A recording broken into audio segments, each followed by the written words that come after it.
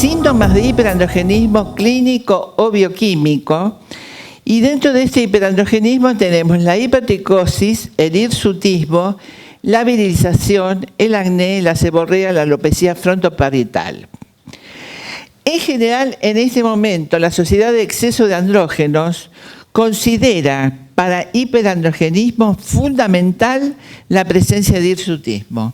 O sea, vamos a ver que después la hipertricosis, la virilización se presentaría para otro tipo de patología, pero en general el hirsutismo sería un marcador importante. Esto afectaría al 10% de las mujeres y podemos ver como que el origen de la producción de andrógenos se hace a través del colesterol, pregnenolona, progesterona, a través de la 16-hidroxilasa, 17-hidroxiprogesterona, que acá empezaría el problema en los casos de hiperplasia suprarrenal, 17-beta-liasa, androstenediona y finalmente a través de la 17-beta-androstenediona la testosterona. Testosterona que circula en la sangre en forma libre y en forma adherida a la albúmina o a la proteína transportadora, pero que en realidad la hormona androgénica activa sería la dehidrotestosterona, que ya vamos a ver que es a través de testosterona, a través de la 5-alfa-reductasa.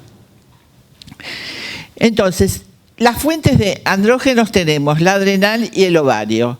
La primera que madura cuando en la pubertad sería la adrenal, que aparece con el aumento de la DEA, que después tenemos un sulfato de hidroepiandrosterona casi del 100% por parte de adrenal, 90% DEA, 50% androstenediona, que después vamos a ver que es un andrógeno hipoactivo, y finalmente después tendríamos la testosterona, que es de origen tanto adrenal como de ovario. Por ejemplo, cuando comienza la pubertad y en la adrenarca, la primera maduración es a nivel de adrenal y principalmente aparece con aumento de testosterona, pero fundamentalmente la primera que pica sería la DEA. Después, secundariamente, estamos con ovario, también con 15 a 25% de testosterona, 50% de androstenediona y un 10% solamente para DEA. ¿Cuál es la potencia relativa de los andrógenos? ¿Qué es lo que tenemos que tener en cuenta? Si tenemos una referencia de 100 puntos para testosterona, fíjense que la dehidrotestosterona sería una actividad del 300%, que acá lo podemos ver. Testosterona en sangre, 5-alfa-reductasa, a través de la 5-alfa-reductasa en piel se transformaría en dehidrotestosterona, que sería la que tendría acción directa sobre la piel. Tenemos testosterona de 100, androstenediona de 10, miren qué poco, y el sulfato de hidroepiandrosterona es de 5. La potencia de una hormona va a depender de la adecuada producción, de la afinidad que tenga a la unión de los receptores, la eficiencia del sistema hormono-receptor y, por último, la cantidad de hormona libre o unida a la proteína transportadora. ¿Qué pasa con el sistema pilosebáceo? Habíamos hablado que la testosterona, 5-alfa-reductasa, dehidrotestosterona y finalmente a nivel orina se eliminaría a través de la 3-alfa-dioglucurónido. ¿Qué pasa con los tipos de pelo que hay? Esto es importante para evaluar a las pacientes con determinadas características. El vello es un pelo fino, suave, no modulado, casi no pigmentado y menor de 2 centímetros de largo. El pelo terminal es áspero, grueso, modulado y pigmentado. ¿Cuál es la diferencia entre hipertricosis, hirsutismo y virilización? La hipertricosis es crecimiento excesivo en pelo terminal, pigmentado, grueso a antebrazos y piernas. Es étnico familiar y en estas pacientes en general no se cuenta cuando se hace una evaluación de Ferriman. En cambio, el hirsutismo es un excesivo de pelo terminal en zona de andrógenos como en el hombre, bigote, barba, patilla, abdomen y tórax. Acá sí se utiliza el esquema de Ferriman. Y por último, la virización. Una paciente que uno sospecha que se está virilizando es cuando ahí aparece un hirsutismo en forma brusca, pero acompañado de otros signos, como puede ser la amenorrea, una clitoromegalia o un cambio brusco con respecto a la voz. O sea, ahí estamos hablando de virilización. Acá tenemos el esquema de Ferriman y Galloway, que tiene 4 zonas que se evalúan en el cuerpo, de 0 a 4 puntos, pero fíjense que si es menos de 8 puntos cuando se evalúa, no se considera hirsutismo. Recién después de los 8 puntos se van a considerar hirsutismo. ¿Cuál es la etiología del hiperandrogenismo? Puede ser periférica, hipofisaria o ovárica. Después hay más. Con respecto a la periférica, puede ser constitucional o idiopática. En la hipofisaria puede ser producida por un adenoma productor de ACTH, como puede ser un Cushing, o puede ser por una hiperprolactinemia. La hiperprolactinemia en general puede ir acompañado de hiperandrogenismo en un 20 a un 30% como máximo, pero si no, no es muy frecuente. Con respecto al ovario, la clave de todo esto es la poliquistosis de ovario, que yo ayer les conté que posiblemente de acá un año o 2 se va a cambiar el nombre del síndrome de ovario poliquístico por síndrome metabólico reproductivo, porque se plantea que el hombre tiene características de poliquistosis de ovario, tiene alteraciones del gen de la poliquistosis de ovario, pero el hombre no tiene ovarios. Y el hombre es tan portador y con características tan importantes en la mujer o en los descendientes. Por lo tanto, en este momento se tiene que considerar, e inclusive dentro de los criterios de inclusión se está viendo también algunos cambios. Con respecto después a ovario, tenemos el Turner XY, tumores androgénicos, granulosa, retinoblastoma o tecoma. ¿Qué pasa ahora adrenal? En la adrenal tenemos hiperplasia adrenal congénita, que tenemos la clásica, que es la más frecuente, por bloqueo de la 21 hidroxilasa. La no clásica, que es la red 3 beta de hidrogenasa, críptica 11 hidroxilasa, 17 de hidrogenasa, tumores androgénicos de origen adrenal o también síndrome de Cushing de origen adrenal. De origen hipofisario tenemos porfiria. Con respecto a la anorexia nerviosa, quiero hacerles un comentario. Muchas veces nos llegan pacientes con anorexia nerviosa que están con vello desde el cuello hasta abajo, hasta las piernas, todo, y vienen tratadas con acetato de ciproterona. Bueno, les quiero contar lo siguiente. Nosotros hicimos unos cuantos trabajos con anorexia y vemos que estas pacientes tienen aumento de vello, pero no tienen aumento de testosterona. Aparentemente hay un problema en la conversión y estas pacientes, en el periodo en el cual están con una desnutrición severa, desaparece todo un vello muy, muy finito que parece el lanugo de la paciente que recién nace, y lo que no hay que hacer es medicarla. El vello que aparece, o lanugo que aparece en la anoréxica, hay que dejarlo, porque cuando la paciente vuelve a nutrirse y estar normalizado con el peso, ese vello va cayendo solo. Seguimos. Hiperinsulinismo asociado con poliquistosis de ovario. Iatrogenia, con uso de minoxidil, esteroides anabólicos, ciclosporina, ACTH con corticoides, difenidantoína, fenitiazina y danazol. ¿Cuál es la anamnesis que tenemos y qué interrogatorio tenemos que hacer en estas pacientes?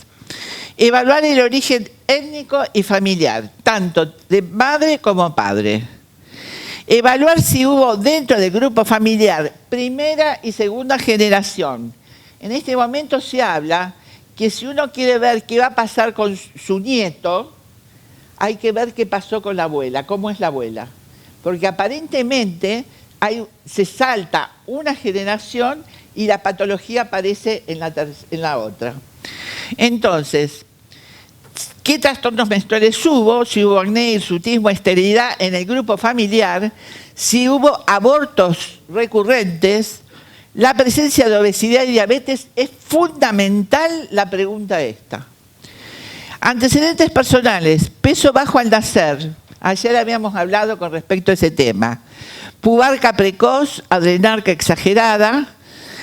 La adrenarca exagerada nos está hablando de la posibilidad de una poliquistosis de ovario ya, como lo mismo que pubertad precoz. Obesidad, hirsutismo y acné, momento y velocidad de la aparición de esto, porque después si tenemos una paciente adolescente que tuvo ya su menarca y comenzó con hirsutismo, la Sociedad de Exceso de Andrógenos habla que si en el término de 2 años ese hirsutismo fue en aumento, ya lo podemos entrar a considerar como un criterio de inclusión.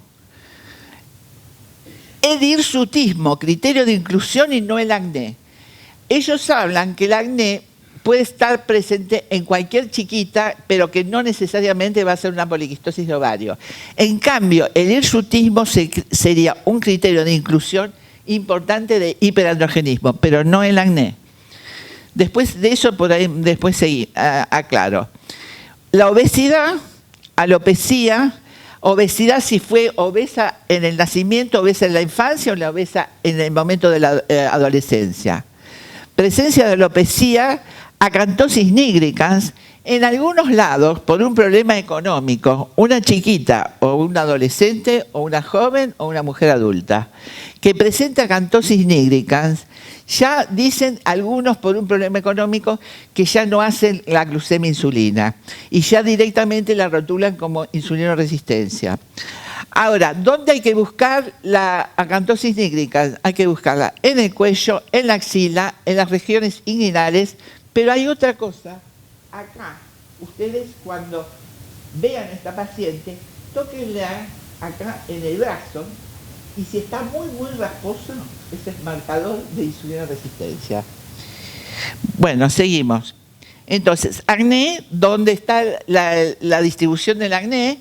Puede ser cara, tórax, espalda, etc. Y también la seborrea. En el examen físico, evaluar el estadio de Turner, evaluar peso, talla, índice de masa corporal, velocidad de crecimiento, presión, peso y talla. ¿Saben cómo se busca el índice de masa corporal, no? Peso sobre talla en metro al cuadrado. Presión arterial, distribución de tejido graso. Esto es tan importante como el índice de masa corporal, porque vamos a ver que hay una determinada distribución de tejido graso que puede ser con mayor alteración metabólica que otras. Por ejemplo, el tejido graso generalizado subcutáneo no tendría tanta alteración como puede ser troncular o a nivel abdominal. Inclusive, aparentemente, sería otro tipo de grasa. Es una grasa más amarilla la abdominal y la troncular que la otra. Entonces, seguimos con...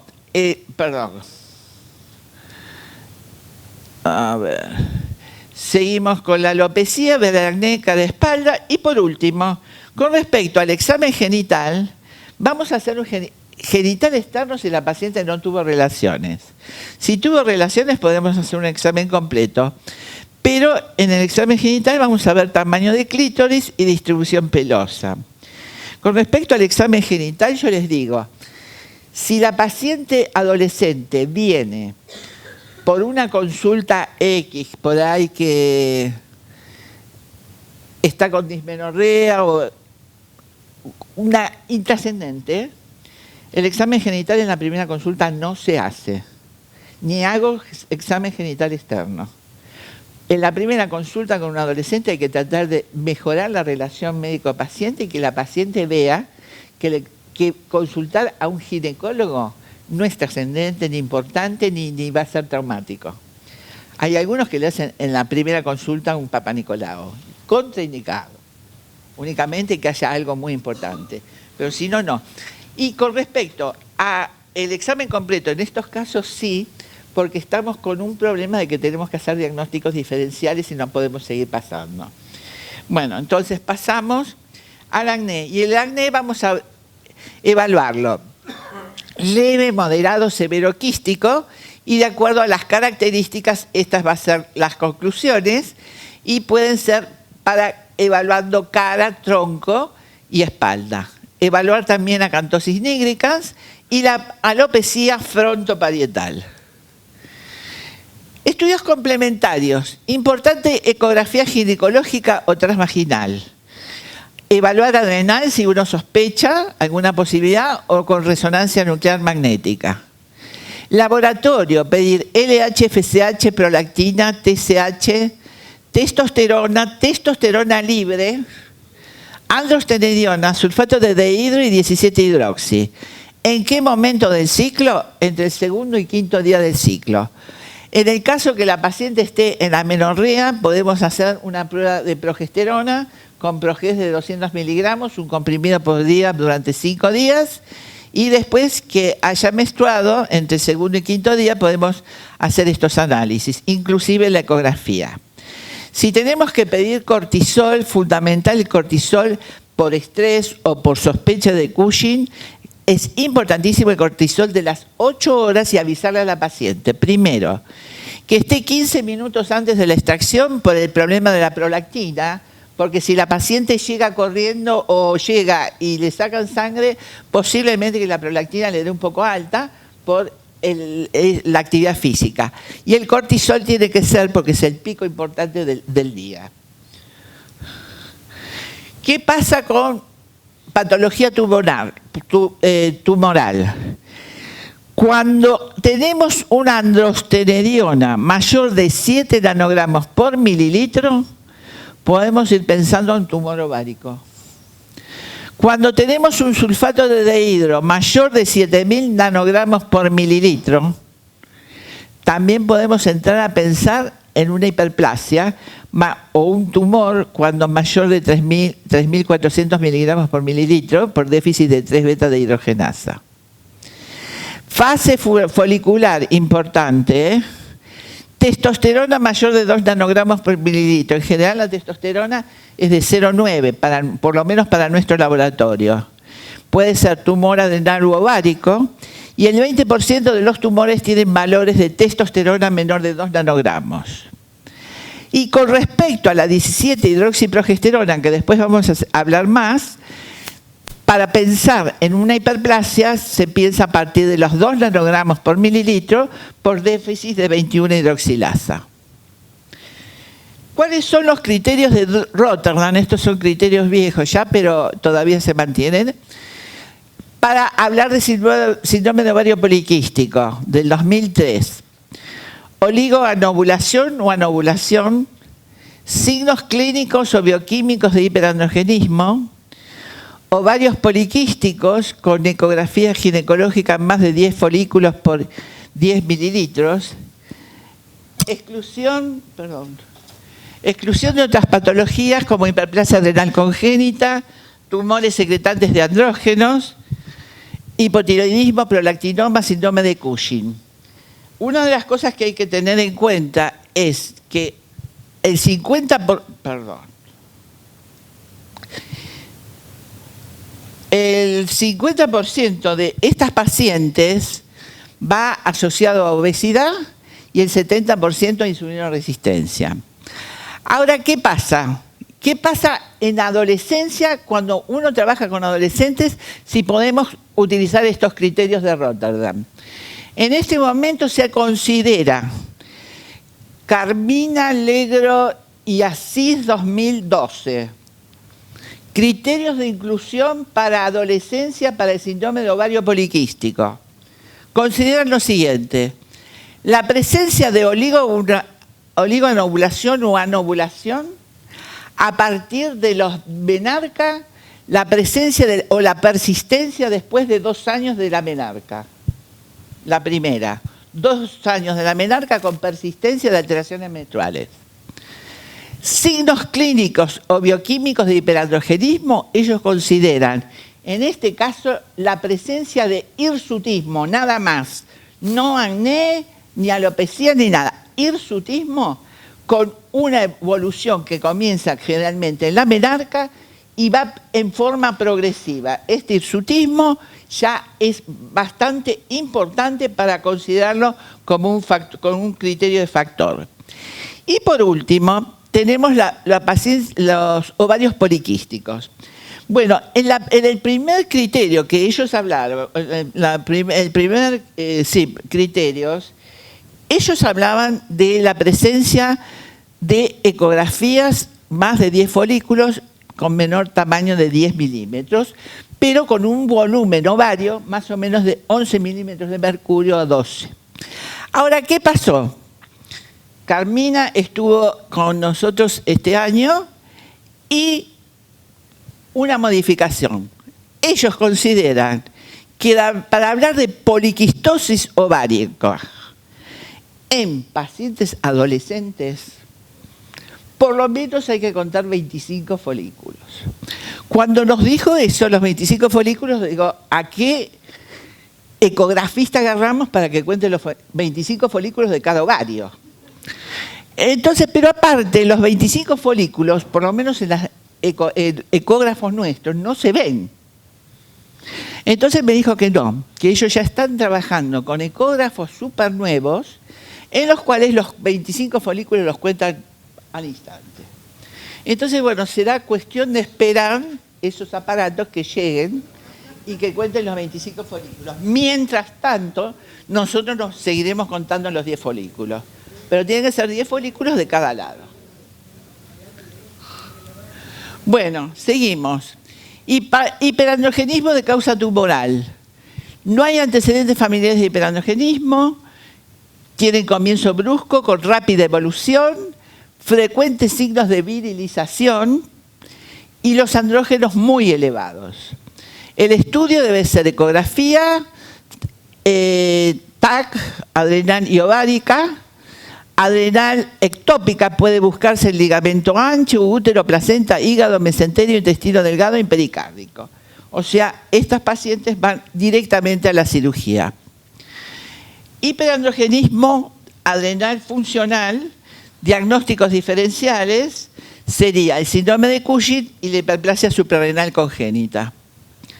Síndrome de Cushing, características del síndrome: hipertensión arterial, obesidad, hiperglucemia o intolerancia a los hidratos de carbono, giba dorsal con cara de luna llena, retardo o detención puberal, hirsutismo en cara y espalda, muy marcado, infecciones vaginales a repetición, depresión o estados de euforia y estrías dérmicas.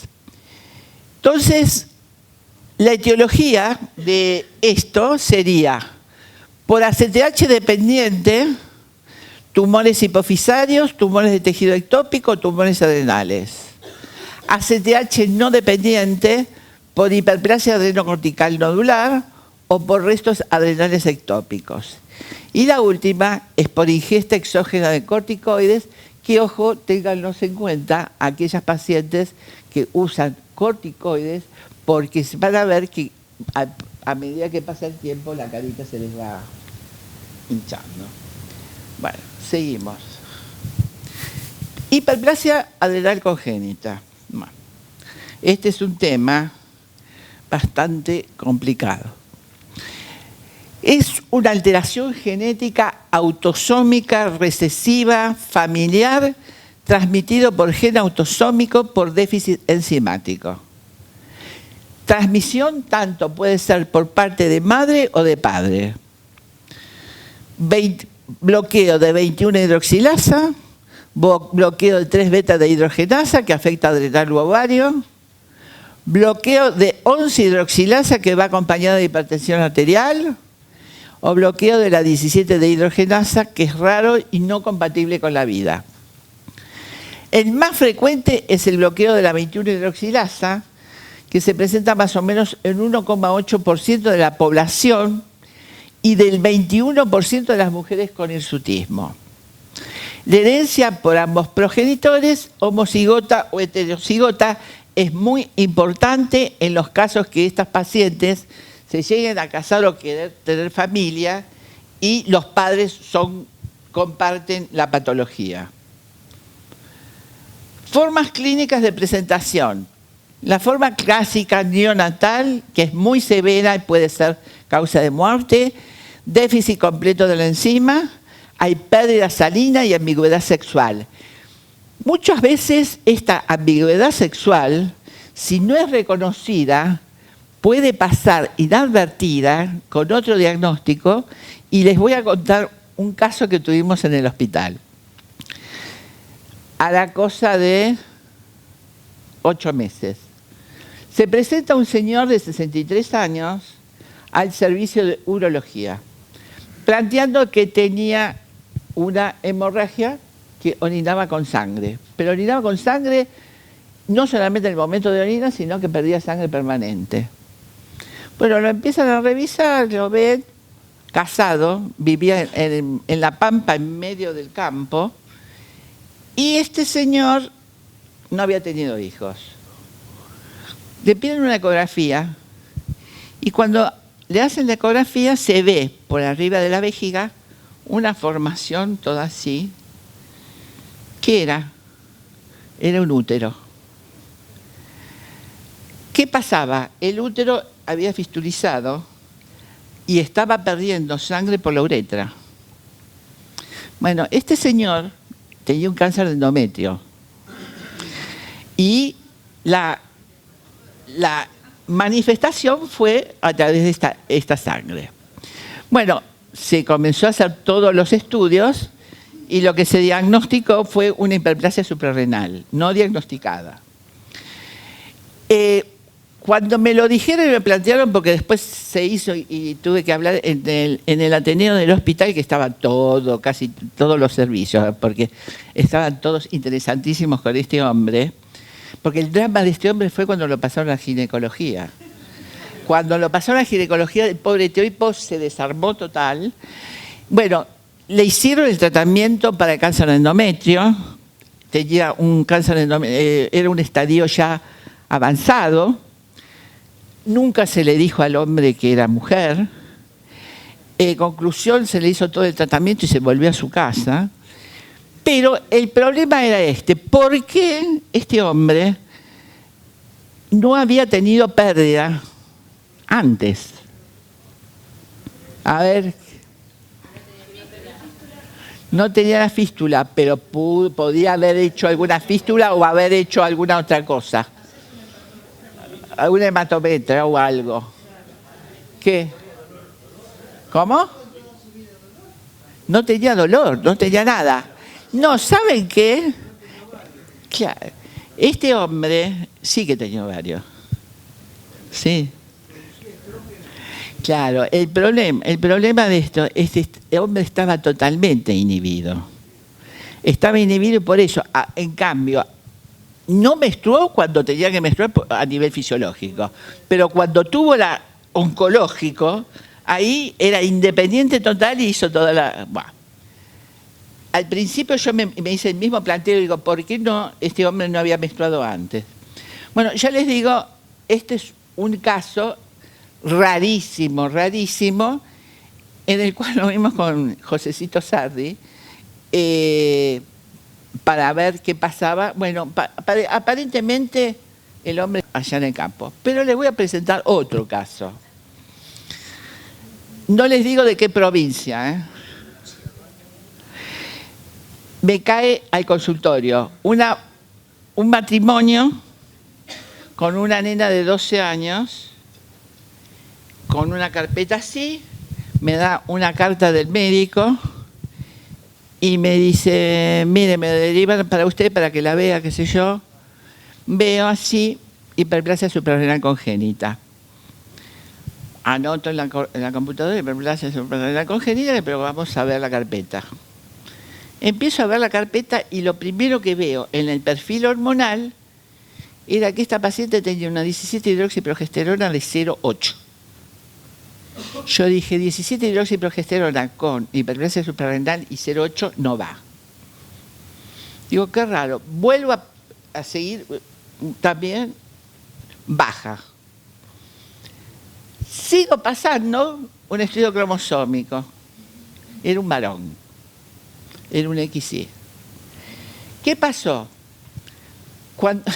Mientras estábamos en el consultorio, la chiquita no sé qué habla y se escucha. ¿Vieron cuando el adolescente cambia la voz? Y era una voz de pito total. Yo dije, la pucha. Entonces me dice, le digo, ¿qué pasó cuando nació? Dice, no, mire, hasta ahora, esto era marzo. Dice, hasta el mes de diciembre, me dice la madre, le estuve poniendo cremas con corticoides porque le hicieron un diagnóstico de coalescencia de labios. Bueno, esta chica tenía, sí, una coalescencia de labios que eran las bolsas vacías porque los testículos los tenía en canal inguinal.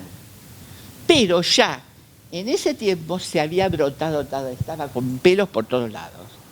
Y no solamente eso, tenía el clítoris, era un pene de este tamaño, en el cual la madre ya estaba atacada y la madre ya venía sospechando, la madre nada más. Sinceramente les digo, a mí me dejó media, que tuve que salir del consultorio, caminar ahí, llamé a la residente y digo, vení a ver porque quiero que en este momento alguien que esté conmigo que vea que vamos a... Eso sí es importante, en estos casos es importante estar acompañada de alguien para que corrobore lo que ve. Entonces, la chica no quería revisarse, lo saqué al padre, lo revisamos y sí, tenía un clítoris muy grande y después tenía el hirsutismo bien masculino. Bueno, en ese momento lo derivé porque esta chica tenía 12 años, la derivé a pediatría, al cirujano pediátrico. Entonces digo, mirá, fíjate, qué sé yo, me dice, no, dice, esto no es un hombre, esto es un síndrome de feminización testicular. Digo, no, fíjate porque esto es otra cosa. Fíjate, digo, no. Bueno, no porque vos no lo ves así tan temprano, que yo lo veo porque tengo varias pacientes que esto va. No se quería hacer revisar allá en pediatría, entonces se decide mandarlas a examen, a psicopatología, tanto a la nena como a los padres.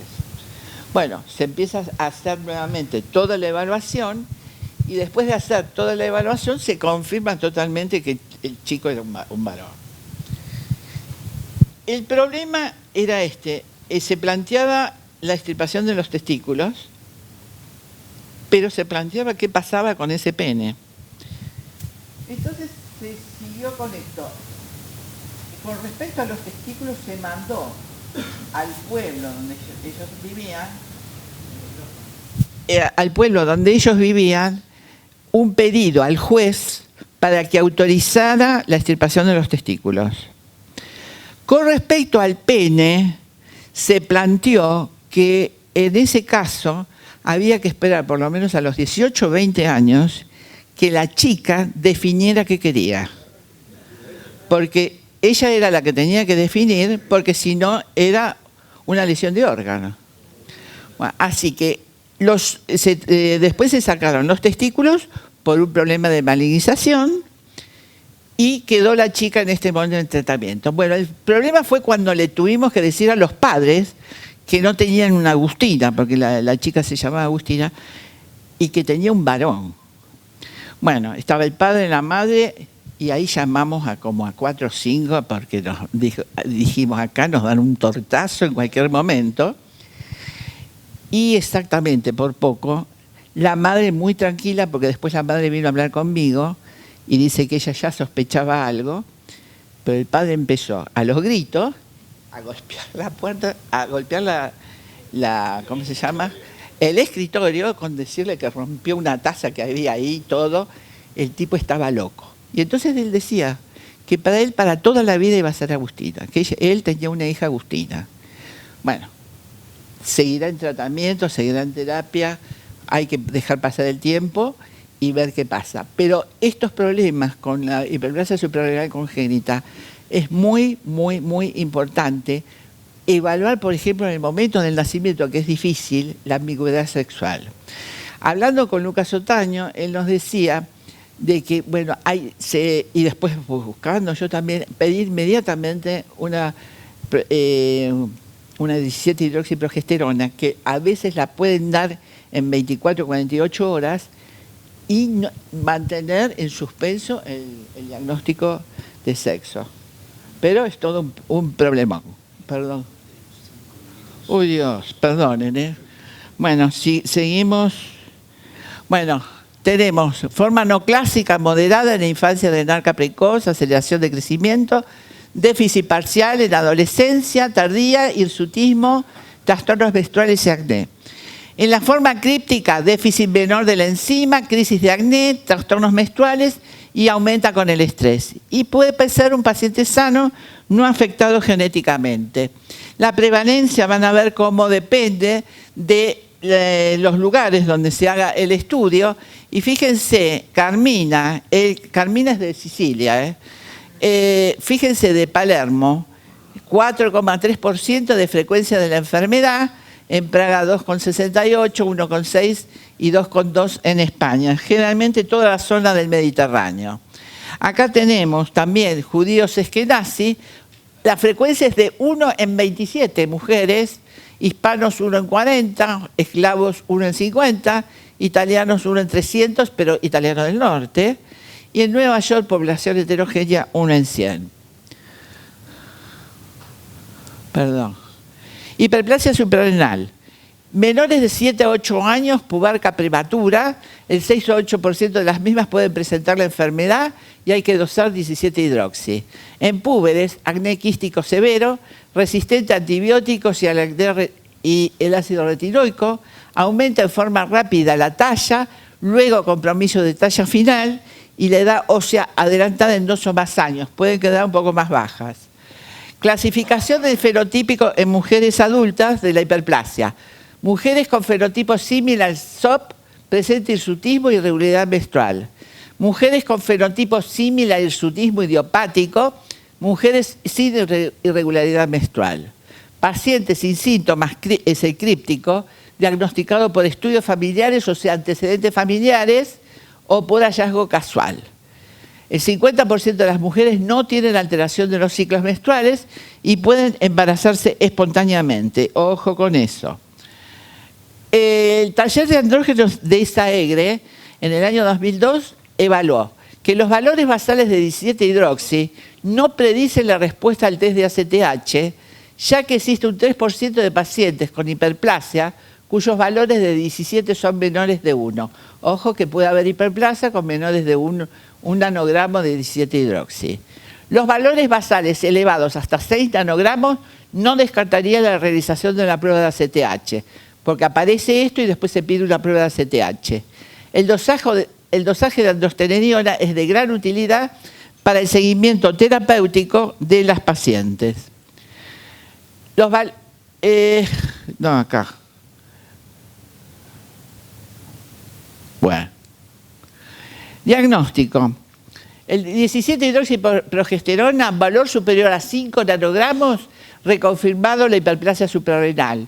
Valor mayor a 10 nanogramos, la confirma.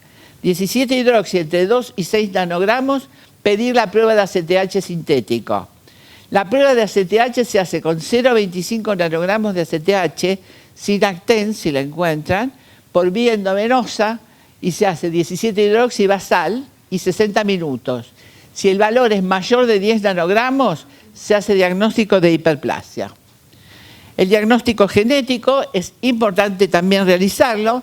En el Hospital Rivadavia lo hacen, gen de 21 hidroxilasa, el CYP21, brazo corto del cromosoma 6. Existe gen activo, pseudogen y mutaciones, y en el embarazo es importante el estudio endocrino de la pareja y el estudio genético. Tratamiento.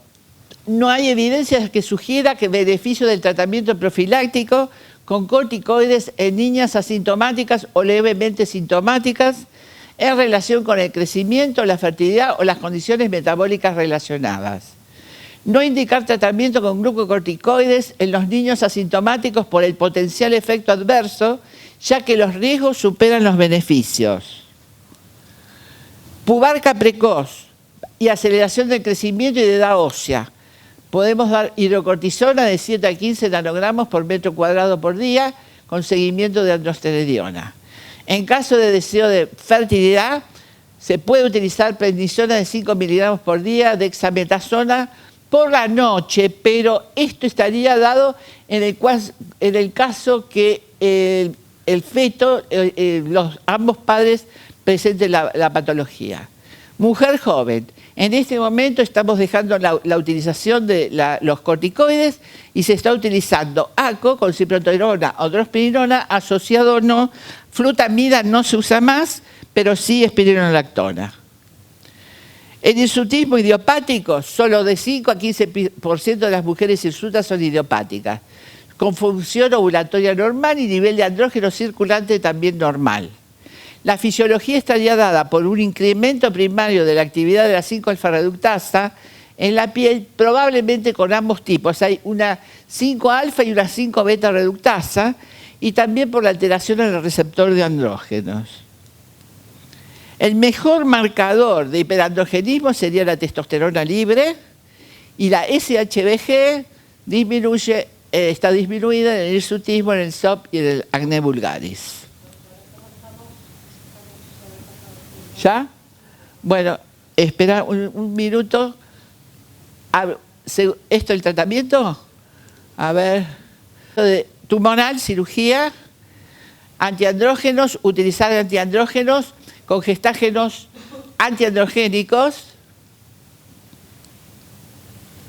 pero importante cambio de estilo de vida, dieta, actividad física, aeróbica principalmente, moduladores de insulina para tratar la insulina resistencia y cosmiatría. Todos los antiandrógenos deben ser suspendidos 3 meses antes de la búsqueda de embarazo para evitar malformaciones del feto masculino. Importante el enfoque multidisciplinario, plantear que el vello terminal ya desarrollado mejora pero no desaparece y que los tratamientos hormonales son lentos. Muchas gracias. Disculpen.